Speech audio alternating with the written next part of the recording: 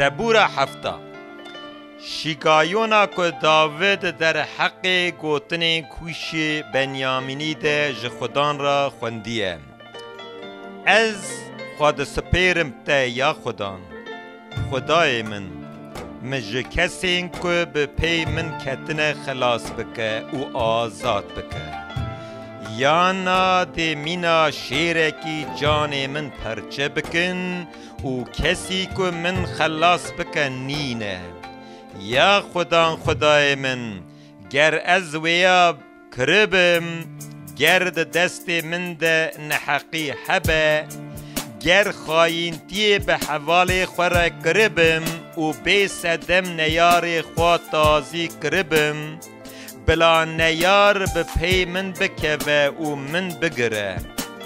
لعرده جان من بعجقینه او بلنداهیا من بگره بن لنگان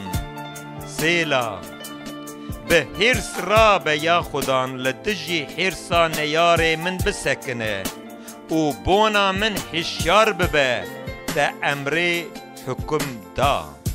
بلا کوملا نتوان لدورا ته ریز ببن و جبوان دیسا وگر قاطی خوی بلند خدان نتوان دا راز دکه من جی دا راز بکه یا خدان لگر راستی و درستیا من یا کل جم منه یا خدای بدادی بلا داویا خرابیا خرابان بی لیین راست بگیهیجن اولاداریه دکو دلان و گرچکان دجربینه خودی مینا مرتالکی لجم من دل پاقجان او خلاص دکه خودی دادگرک بداده و خودیک اوسایه که هر روش حرسی دوشینه گر مروف نین سر ری او شوری خواه توش دکه و کوانا خواه داتینه و وی آماده دکه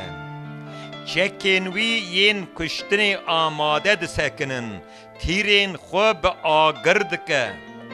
آوای مروف خراب جانین فساد کشینه و ج خرابی و دو جانی مایه دروی دزی بیرکی ودکه او دکوله او بخواد که و بیرا که کولایه دی خرابی آوی به سری وی و زورداری آوی دا که و سر وی جبو دادی آوی ج خودان را شکریه بکن و به زبوران پس ناهی ناو خدان